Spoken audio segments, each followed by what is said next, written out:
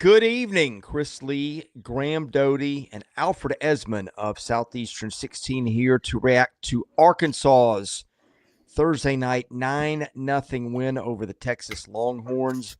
Zach Root was about as good as he's been all year. Arkansas gets a much-needed win. Texas finally loses a conference game for the first time since I don't even remember when. Gentlemen, your thoughts on Arkansas's triumph over Texas this Thursday night? Go, Man, Alfred. Yeah, man, Zach Root back in form, right, guys? Finally, it's nice to see. 99 pitches tonight. He went 8 innings, struck out 11, walked just 2, and gave up 2 hits. Only 2 hits from a Texas lineup is unfathomable at this point, it seems like. But Zach Root was able to do that. He won out the battle against Ruger Riojas, who could only go 3 2/3 after giving up 9 earned runs. Credit to Will McIntyre as well, coming in, finishing out the game at around 20 pitches. But for me, what stands out is Zach Root, obviously. That was just an incredible performance from him. He's back. That was like a kind of like a Zach Root performance we can expect sometimes, or we have expected sometimes, maybe that we haven't seen in a while. So that was nice to see. Also, that Arkansas lineup, top to bottom, everyone contributed offensively. It wasn't just one guy. I mean, I think 8 players, something like that, had 1 hit. So just huge all-around team effort for Arkansas. That's what it takes to beat Texas, the #1 team in the country. Yeah, for sure. And to answer your question, Chris, last conference loss for Texas, April the 12th, that crazy 15-inning game in Lexington that Kentucky won 5-4. Their only other loss was to LSU. It really is incredible what Texas has been able to do. So, yeah, really complete performance. Was listening to Van Horn this morning, and, this was the roughest stretch of the season up to this point for Arkansas. And he just kept saying over and over and over in his pregame press conference, like, yeah, Texas is great. Everybody knows they're great. But, like, this is really about us this weekend. He said we really have been focusing on us and just what we have to do, work on the little things. And I think you'll see that translate to the field. And that's really kind of what we saw tonight. You could tell Arkansas was really geared up for this one on the field, and the fans, you knew the fans were going to be excited. For a Thursday night game, that crowd was incredible. I still think Arkansas has the record, by the way, for midweek attendance, like when they played Arizona State, like in the late 2000s, if I remember that correctly. So you knew the crowd was going to be geared up. But I think what kind of surprised me the most was they showed that graphic tonight. This was only the 5th quality start for an Arkansas pitcher this season in their first since late March. Wow. And so they really leaned heavily on Root tonight. Career high 11 strikeouts, 8 innings, only was it 1 hit or 2 hits? Texas didn't have many. Yeah, 2 hits that he allowed. So I thought he was outstanding. I would love to have somebody that knows what they're talking about, pitching mechanic wise, like break down like why his motion is the way that it is. He kind of has like a unique delivery, kind of like Paul Skeens, but a tad bit different. So I just think the mechanics of the art of pitching is interesting. So his style is a little bit different, but this was the best that has looked against anybody all season long, and it came against the #1 team in the country. I've said for a while, I've not been out on Arkansas when a lot of other people were. I thought that rotation had a chance to be special. It just hadn't pitched like it in a while. And in baseball, you're caught in that spot where you're going, okay, should I be paying attention to what's going on? Were these guys overhyped? I think in Root's case, after what he did at East Carolina last year, probably not. But he's certainly gone through a rough spell as they played some really elite offenses lately. Arkansas had to have its Friday night guy get back to pitching like an ace in a league that's loaded with them. You really need that in postseason play when you get to super regionals, when you get to Omaha. I just, in the back of my head, it's like, okay, again, were these guys not what we thought they were, or are they due to return to form? And tonight felt like the answer, as talented as those guys are. Here's the tricky part, though. Like, you can't overreact to one game. Like I see, Yeah. we already got hot takes in the chat. Reese Fullerton, Texas peaked too early. Like they didn't look good tonight, but we still got They're a done. long way to go. Yeah, Their season's yeah. over. Their This was season's over. This was That's a wrap. obviously their worst loss of the season, but I think it's a stretch at this point to say they peaked too early. Just very uncharacteristic for Texas's lineup. The one thing that stands out, guys, every guy who came to the plate for an at-bat struck out besides Cole Chamberlain, who walked in a pinch hit appearance. Every other guy struck out at least once. That went up there tonight. That is just kind of not what Texas has done whatsoever, especially the big bats. I mean, Ethan Mendoza struck out twice. Jalen Flores struck out twice. Adrian Rodriguez did have one of the 2 hits tonight, but he also struck out twice. So don't expect. I really don't expect Texas to strike out like that the rest of the weekend. I would be shocked if they did. But yeah, 14 strikeouts as a team. I don't know. That's got to be up there with some of the most strikeouts they've had. I would think. Well, yeah. I mean, how Right. many times have they struck out? Not a lot. Double digits this year. Yeah, it's not a lot. And 14, that's just an eye-popping number. Mm-hmm. Here's an angle, and a guy we have not mentioned probably all year, Carson Boles. And you see what's happened with Arkansas lately, the Nolan Souza injury. He's done for the year. You've got what? Who else have they got out right now? Maxwell, Logan Maxwell. I knew that's who it was. Okay, so that's 2 guys that would maybe normally be in your everyday lineup. They've had a hard time, like Cam Kozeal's bats there, but like finding a spot for him in the lineup when all those guys are hitting has been harder. And then tonight, Carson Boles plays second base, which is where Souza was playing. I mean, he's been phenomenally productive in not that many plate appearances. I think under 70 this year. Now, those may be coming in midweeks against quad 4 teams, but the guy's hit, and sometimes you don't know what that looks like until he gets a shot. Well, tonight he gets a bomb off one of the best pitching staffs in the country, and Kozeal also homers. So that's, a shout out to Arkansas's depth. They've had some guys on the bench that they didn't always have a place to play them. Situations like this are where that comes in, and it really benefited Arkansas tonight. It does, yeah. And Boles was a guy who came in from Lincoln Memorial and developed a lot of power, and that was his first home run this season. Am I mistaken by that? I think it was. No, it was his second. It was his second of the year. He had one way back against Missouri, but nonetheless, nice to see a guy like that come in and pick up in depth spots for Arkansas when they need it. I mean, their pitching is starting to need it in the bullpen, which is why Will McIntyre's outing was huge, and now guys in the lineup are doing it, which is great. It's good for the tournament.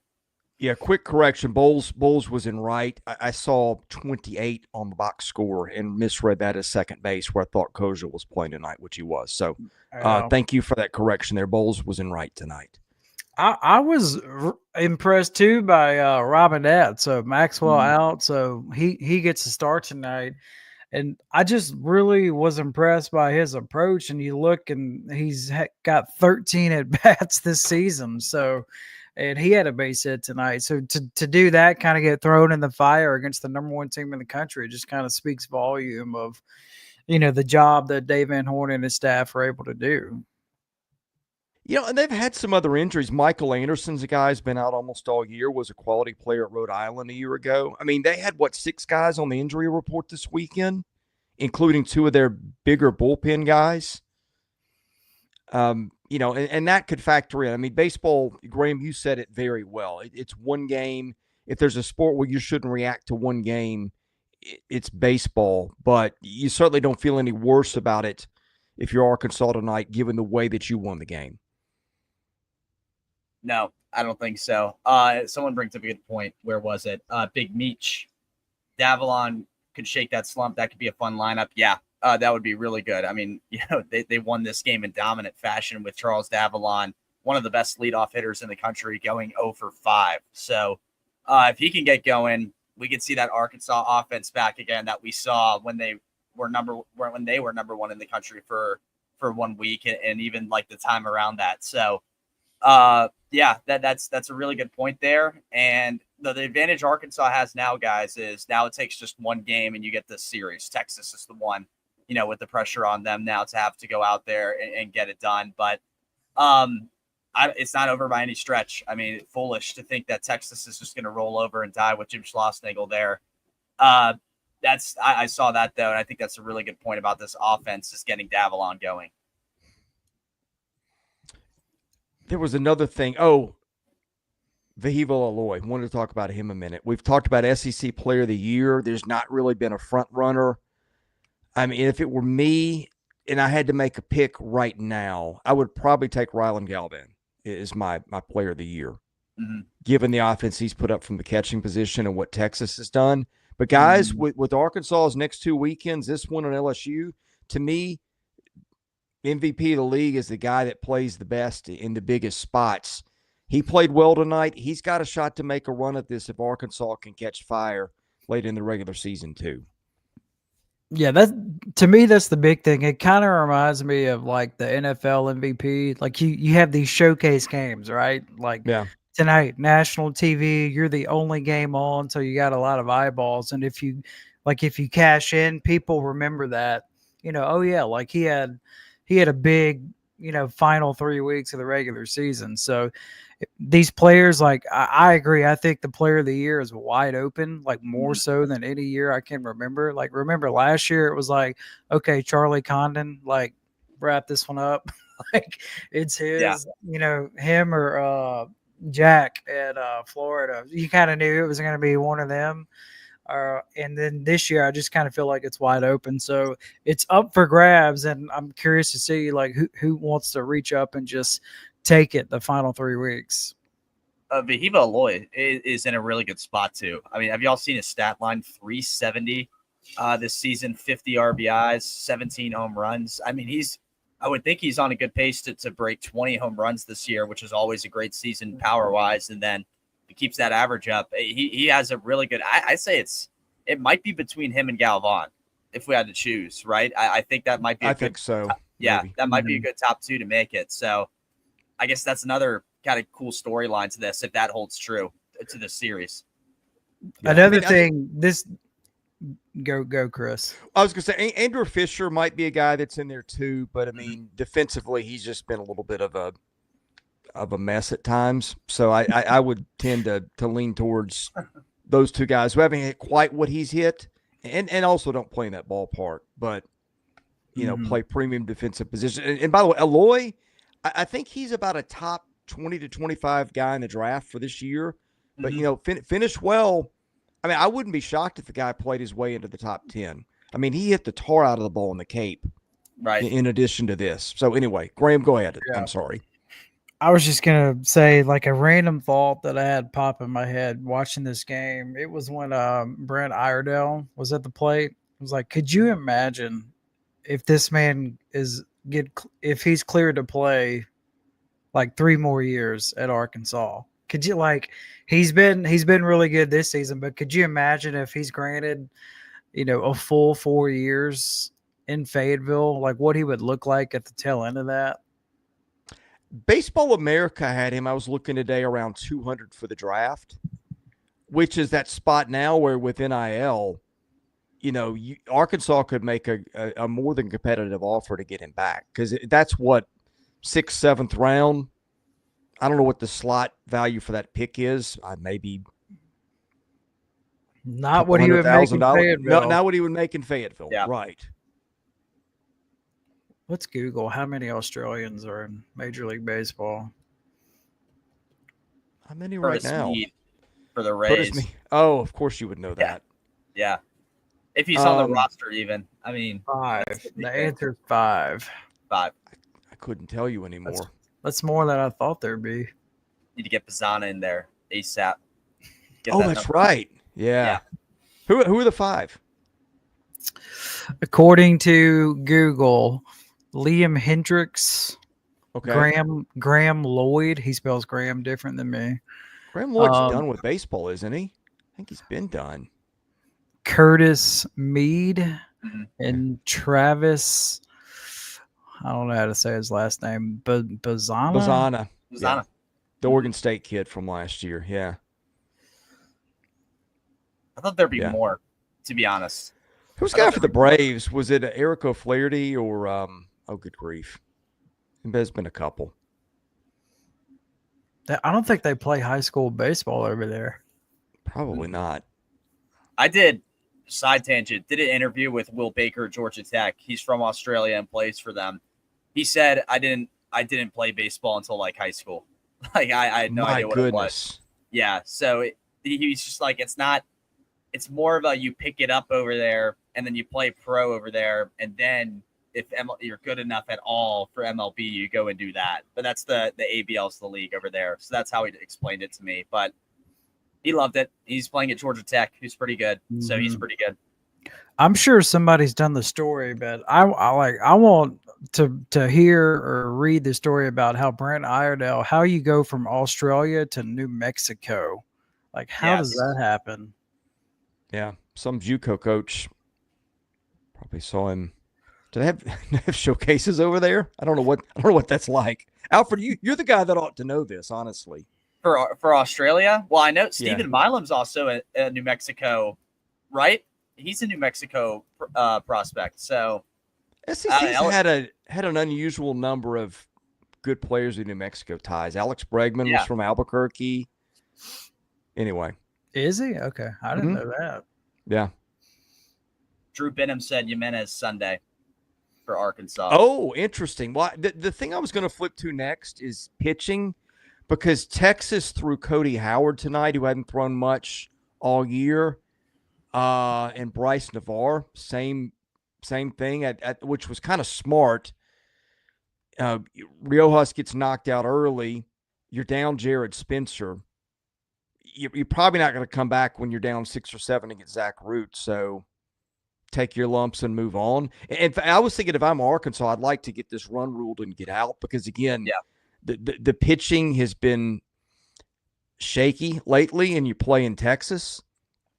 So, that didn't go well. And Texas sort of cut its losses with who it threw, because now you've still got, more than enough guys to cover the weekend. Harrison, Grubbs, Volantis, Flores, Duplantier, Burns, Saunier, Cade Bing if you need him maybe. I don't know if he threw midweek. Same with Arkansas too. Beyond McIntyre, beyond Root, the only one McIntyre, he threw 20 pitches. You could probably, if you really need to at all, and I don't think they need to, go back to him. But even still, they can use Jimenez wherever, like we just talked about, Ben Bybee, Dylan Carter, Kristen Fouch, the fireman. You could use him. Hunter Dietz. I don't know if they're able to use him at all. Still hurt, I think. Still hurt. Okay. I stand corrected on that. Let me say that he was last week. Okay. So okay. Anyway. Well, they still have plenty of options and can go back to McIntyre if needed. So I think both teams are fine pitching wise. Texas did the smart thing and used guys they don't normally do, and Arkansas, with how Root did, just didn't need anybody. By the way, Hayden makes his point. I meant to say it earlier. Just remember, their midweek game was canceled, and it was away from Fayetteville. So that seemed to be big for Van Horn in his pregame press conference. Just they kind of were at a point of the season where, like, we need as much rest as possible. He touched on that Florida series, like going there. He said it was the hottest series of the year temperature wise for them. So, in the long run, or especially this weekend, I should say, that could be a big benefit for Arkansas. You didn't have to utilize anybody in the midweek at Missouri State. You mentioned McIntyre. McIntyre's not the hardest throwing guy they've got. And he's a senior who's not really a prospect. I don't think he's a draft guy. I'm not saying he won't get picked or couldn't sign, but he that's looks a guy you could bring back if you need. He hasn't pitched as much as I thought he would either. Yeah, tonight was his 15th appearance. Yeah. But you would think that he'd go up there and throw like 200 miles an hour, 6'4", 235. A lot of big guys are like that. Sometimes you see a 6'8" guy that can't break 90. It's weird. Yeah. Just a guy who's been around the block forever. That's what you need. Colton McFadden, a slight shot at McIntyre. Texas Rocks, it's bad when McIntyre is our first receiver. I don't think that's fair, guys. Look at the numbers. No. Ouch. He's given up less than a run or an inning. He's got a 4% free pass rate. He's striking out 28% of hitters coming in. Right. He does give up let me see this. Does give up some bombs. He's given up a lot of bombs this year, actually. That's been the only thing. Keeps the ball on the ground an okay amount. That's all you can ask for at some point. Yeah, I mean, McIntyre's been around, pitched a lot of ball. I remember Will McIntyre. Man, I want to say it was in Chapel Hill. No, I'm confusing him with somebody else. But I think McIntyre has had a couple of really nice relief outings in regional spots where Arkansas needed somebody to get quality innings, and he gave them that. No, and I know he's not your most talented guy. Like, he is I don't know if unicorn's the word. You got a bunch of dudes throwing 97, 98, 99, 100, and then there's him. But there's a place for that. There's people better than him. You are right, Colton. Yeah.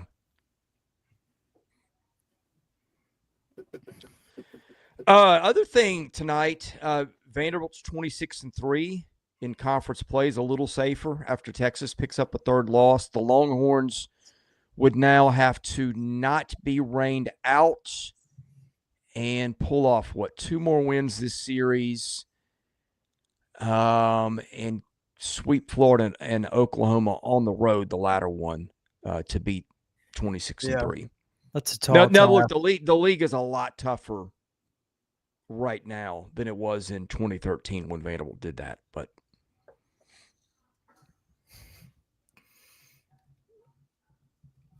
any more thoughts, guys? I'm double checking. Oh, they have to go. You said at Oklahoma too, right? Yeah.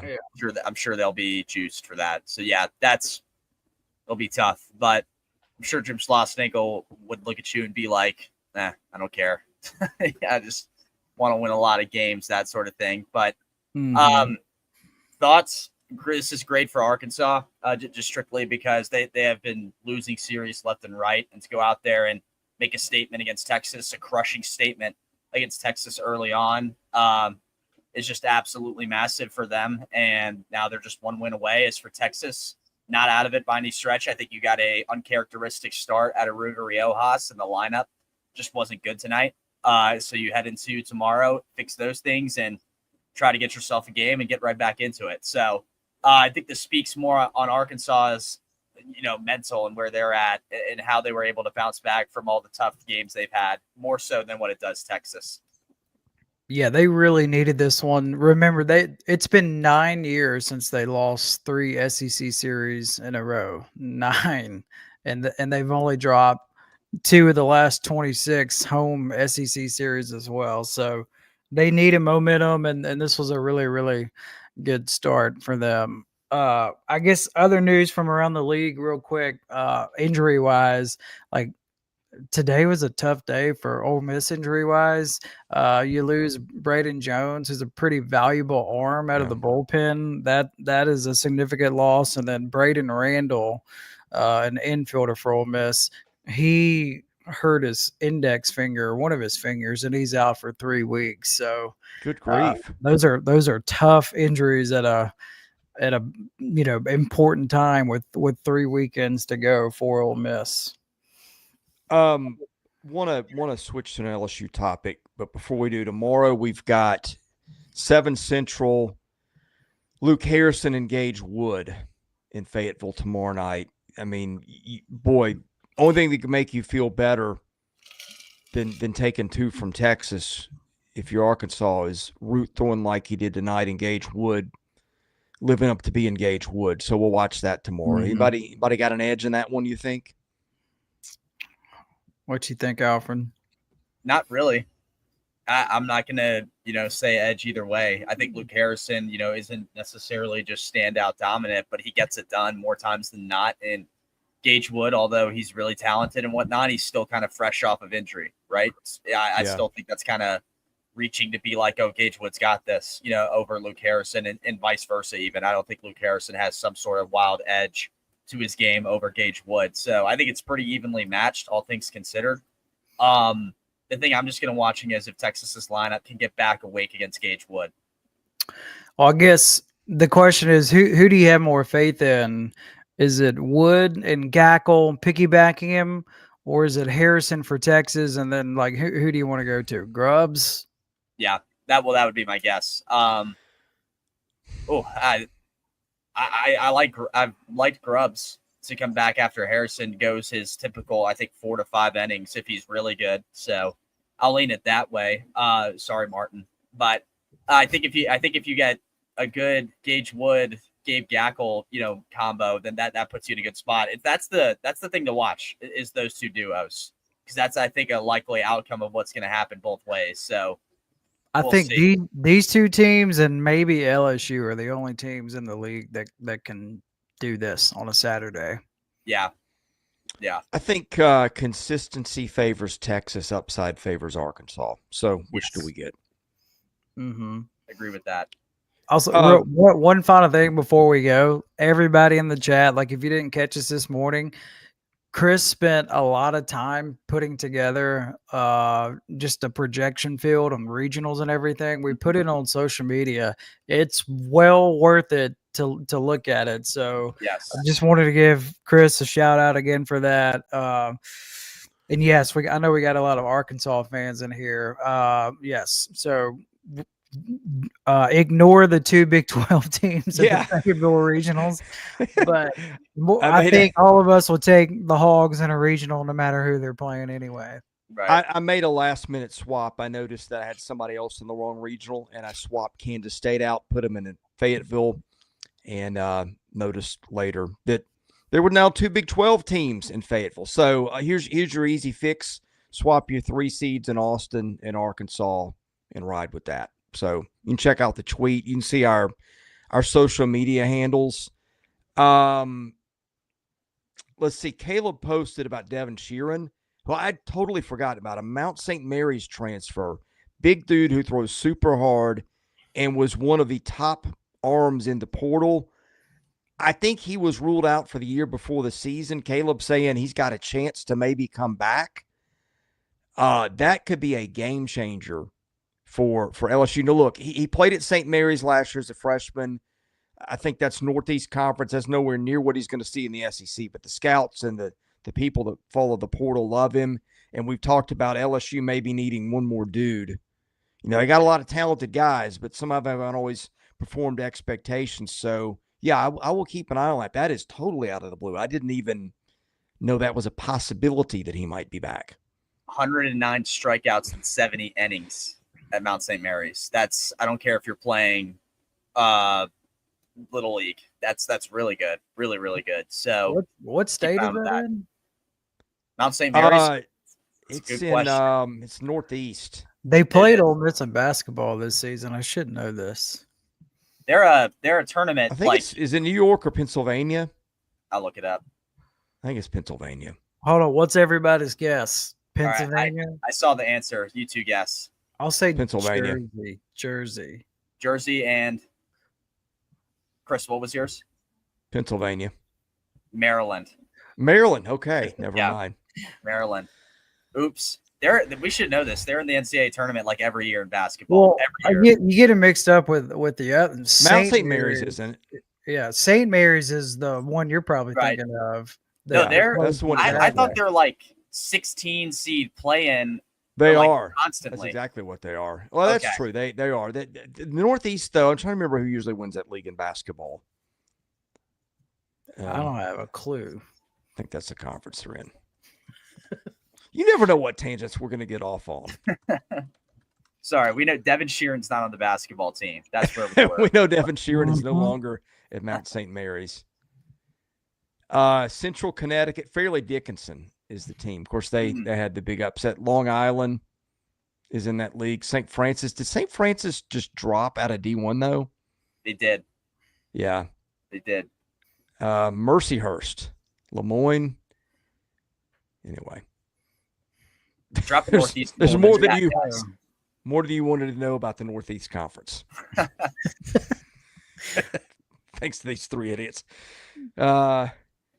Any parting thoughts? Let's see tomorrow's games in the SEC.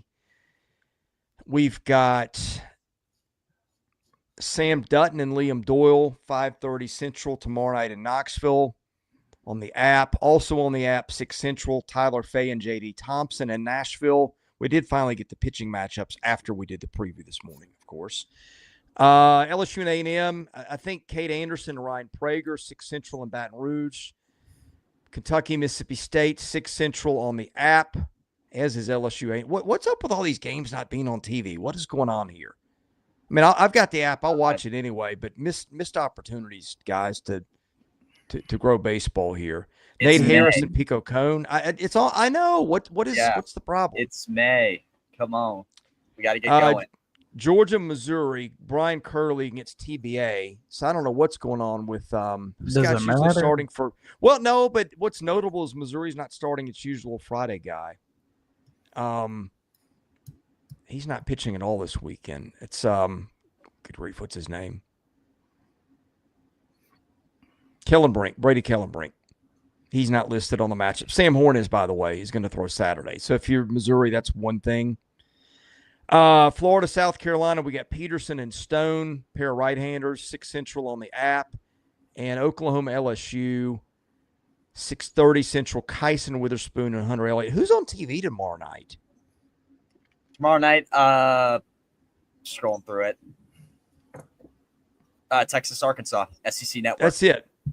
They don't have anything on an ESPN2 or the U or anything? Yeah, they got the big guns. It's Carl Ravage and Peterson, Kyle Peterson. Yeah. Ravage was calling Arkansas tonight. Yeah. Yep. They seem to be there from what I could tell. I didn't see the opening, but yeah, it felt like they were physically there, which is good. Yeah. That's when you know we're getting close, when you're having Peterson and Ravage call games. Yes. Yeah. I know Peterson, he did State's home. Who did State just play? Florida. Peterson was there.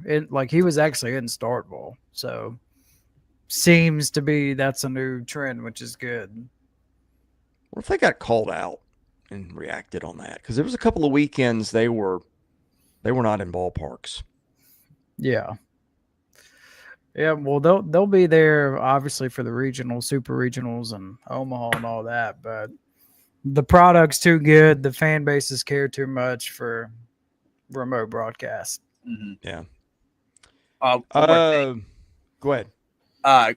Colby Shelton injury news, right? Oh, that's right. Against Arkansas. I don't. Oh yeah, that was apparently he played through it, right? I just looked this up just now. I guess he played through it in that series, so I don't know, something to keep an eye out on for Florida. And I know Texas has their big injuries. Florida is just getting decimated, and they still are kind of peaking up for baseball, which is unbelievable. But that would be a really bad loss. I mean, that's like the top bat, I would argue, in that lineup. And they get Coppola back too. Yeah. Finally. Yes. That's awesome again. I hate to be a pessimist, but that guy can't stay healthy for more than 2 weeks at a time. They've got, Kyle Jones been gone since week 2 of the season, starting center fielder. Cade Curlin, starting second baseman. He's done for the year. So that's a third starter they're down, and a shortstop who's been playing, last I checked in, was playing pretty well. They've also lost Frank Menendez, who was going to be one of the best couple of lefties out of their bullpen. I mean, at least there's this. Most of their pitching is now healthy. So yeah, and pitching well when it's out there too, for the most part. Right. The tricky part for them was it wasn't like Texas injuries. It was just depth. Like they didn't have anyone to turn to if things were going wrong for a certain player, especially outfield. That outfield is kind of stuck with Yosir and it's blanking on me. I'll find it. Nadu. He's playing left, isn't he? Yeah. Yeah. Yeah, and they shift him around a little bit, but that's like they kind of got to stick with that, just to say the least. You can't count out Kevin O'Sullivan though for anything. So I don't know. It's just anyway, Colby Shelton, something to keep an eye on in Columbia this weekend. What do you guys want to dive into this? A lot of Mizzou A lot of Mizzou chat going on right now. I feel like this could be a whole separate episode. Yeah. Yeah, there's a lot of. I won't share the text I got today, but people would like Missouri to be a little better in baseball. I'll just put it that way. Texas Rocks wants them gone. I'd trade Come Missouri on. Clemson or the Pokes. Not me. Missouri has reached like bad Vanderbilt football levels of uncompetitiveness. Remember basketball. Missouri basketball went But winless. remember, they went 0 for what, 2 years ago. Mm-hmm. Imagine being a student and you go 0 for in basketball and then baseball while you're on campus. The fact that a team could go 0 for the league is just crazy. Now, you have in college baseball some 0-fers. Was it St. Peter's? Used to go a lot of years would win 0 or no games. You had I think it was an NAI game earlier in the year where you had a team with like a 99-game losing streak and a 100-game losing streak play a doubleheader, which was great because they split. So each team got to experience winning.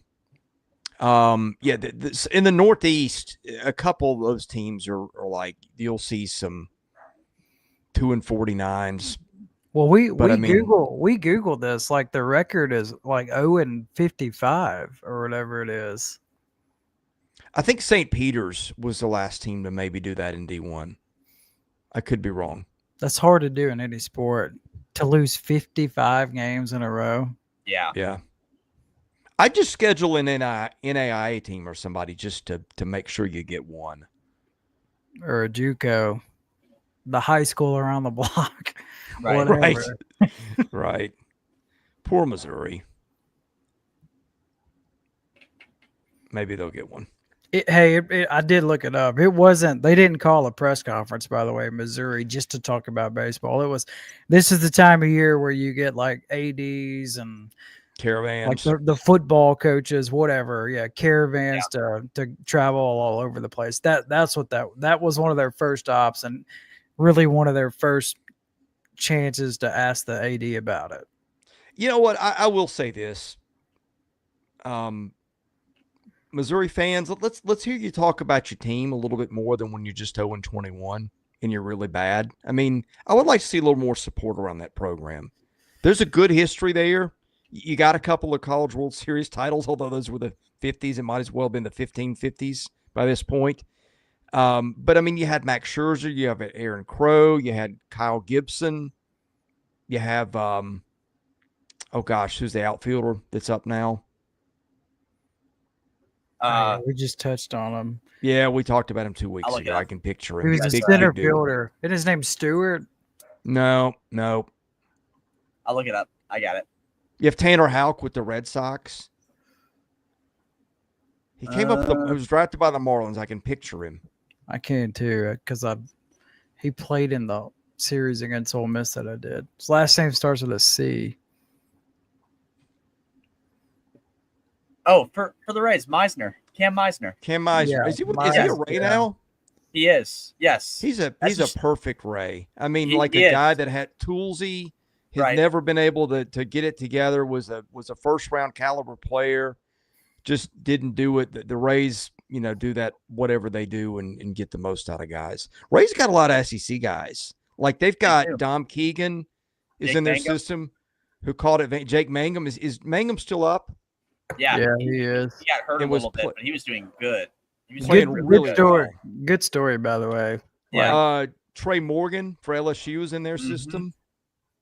He's in that system. There's high school commits. There's a ton of high school commits in that system that were SEC commits. So it's just a bunch of SEC, which is good. They need to. It can't be like the Braves, Chris. Just sign whoever we want for a gajillion dollars. Hey, that is not the Braves, my man. That's the Dodgers, Alfred. That's the Dodgers. Come on. Dodgers. Oh, man. My thing with Missouri, I said this for I kind of spent time on this when we were doing Georgia-Missouri preview, just because that's not going to be close. It's it's really good for that athletic director to be like, we haven't invested as much as we would like. It's something that we can address in the future, though. So Missouri fans, they're aware of it. It's not like they're just like being oblivious, holding up their hand. Like they know what's happening and they want to fix it. They're doing, Graham, you said the turf thing, right? Correct. Yeah. That was funny. Good one there, Aaron. Yeah, Josh brings up Jordan Beck's been on fire. The Rockies are like UT West. They've got last night they pitched Halverson and But aren't they bad? Aren't the Rockies awful? They're really bad. There's plenty of opportunity. They beat the Braves last night though, because we played Eddie Rosario and some other guys. Don't get me started on that. But gosh, Chase, you good grief. Pitcher of the year 2 years. Dolander, that guy, he pitched last night. And there's somebody else too. I can't remember, but they got a bunch of Tennessee guys in that organization. Even Charlie Condon's in that system. I mean, that's him hitting at Coors Field would be awesome. Awesome. So I know it's awful watching them play baseball right now. It is like watching paint dry. But I mean, they have a few dudes that make it a little fun, especially if Jordan Beck's on this heater. And shout out to Jordan Beck. I mean, he's stuck in the major league. He's been stuck in the major leagues for a good bit. So he's found a home there. They got Chris Bryant too, and nobody talks about him. Well, because he's never healthy. Mm-hmm. Highway Somebody robbery. mentioned Bigfoot. Bigfoot's about as prevalent as a healthy Chris Bryant these days. Yeah. What a shame, man. That guy's career. If he just could have stayed healthy, what could he have been? I saw him play when he was in AAA.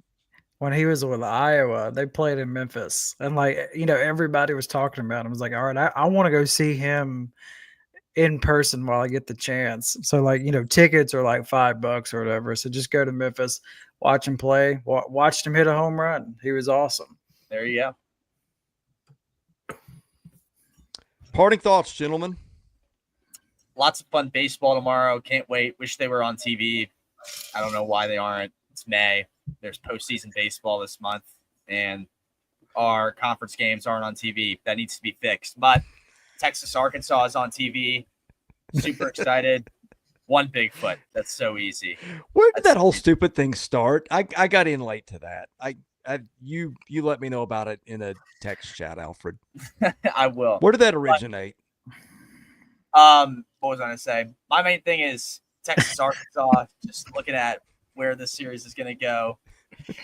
And come on, Alfred. Stay on topic. It's going to be one gorilla or 100 men in this Texas, Arkansas series. What way are we going to get? Yeah, who knows? I'll say this weekend, by the way, I updated our records. I didn't realize until I did it today. I went 7-1, so had no idea. Humble brag. So you didn't have to do that, right? So, I mean, we could have lived without that. I say that because this weekend I don't feel good about my picks at all. Just because you got so many storylines and so many really good series that I wouldn't be shocked. If it bounces one way or the other. I was on the fence on so many of these series, so we'll see how it shakes out. Parting thoughts on Bigfoot or Gorillas or the Rockies or the I'm SEC? taking Bigfoot and the Gorilla. Next question. That's so easy. If it's you never answered my question. Where did that start? I don't know. I just I looked on my phone one day and was like, okay, this is the thing today, and it has just kind of lingered to now 3 days. The first time I saw it, it was like a simulation video someone did of a gorilla fighting these people, on the computer. Someone was really bored and made it, and so then people would comment and be like, "Oh, that wouldn't happen," or like, "Oh, that's accurate," and then it just took off. I don't know why it took off like this. That doesn't seem like a thing to me that would just take off. That would just be like, oh, that's cool and random, whatever. But it took off. Oh, I can see guys sitting around I can boot a gorilla. Can you imagine when AI really takes off and gets mainstream and the time suck that's going to be for teenage boys and pretty much anybody Look, I think Mobley has the answer. 180 Instagram. million hits. Jeez. But like, what's Crazy. the origin? Like, what did somebody just say? Hey, who would you take in a fight? A gorilla or 100 men? Chris, I think someone was so bored that they made this. Like, that is just what happened. They just made this whole simulation type thing up. It's a video. It's like it's a gorilla on the computer, and he's throwing all these men around and all this stuff. It's crazy. Someone was bored and made it, and as Boobly says, 180 million hits. So well, I'm ashamed of how deep I went down that rabbit hole. So they got me. Because it's such a straightforward answer. Like, it's not. You're not. The 100 men aren't winning. They can't. Oh, I learned a gorilla is like 4'11" to 5 feet tall, but their wingspan is over 9 feet. Ooh. So what if you team up though? I mean, can't you, like, all right, you two go grab his arm, and you two guys grab his leg? Yeah, I mean, I would think that's like strategy. The first 20 people, like night, like nice knowing your family's loved you. Right. Then it's up to everybody else. You gotta be a team player. I don't want to be on that team either. Man. No weapons involved. I think there's no chance. I think if people have weapons, then it's like, okay, there might be a ball game to this. But if it's just your hands, you're toast. You're not going to do anything. Yeah, it depends on the person. Like, if it's a bunch of freak athletes, we got a chance. If it's normal guys, like, no chance. What about Zach Root and a gorilla? Oh, tonight, Zach Root, hands down. That's right. Yeah. Just give him like a bag of baseballs and be like, here you go. How about Zach Root, us three, and then our chat? Gorilla. There you go. I'm going to be running the other direction as fast as I can. Yeah. Don't blame you. Look at Texas. All right. Look at Texas Rocks, guys. That might be the dumbest question of all time. The other one. The other one. The other one. Oh, Texas Rocks. That's not very nice. It's not funny. Wow. Beat a man while he's down. I feel like this is only going to go downhill from here. So I'm going to make the executive decision to end this. Have a good night. God bless you all, even you Texas Rocks. For Alfred Esmond, Graham Doty, I'm Chris Lee. We're Southeastern 16. Thanks for watching. We'll catch you again tomorrow night at the end of baseball or close to it. So hit the subscribe button, hit the like button. We'll see you then.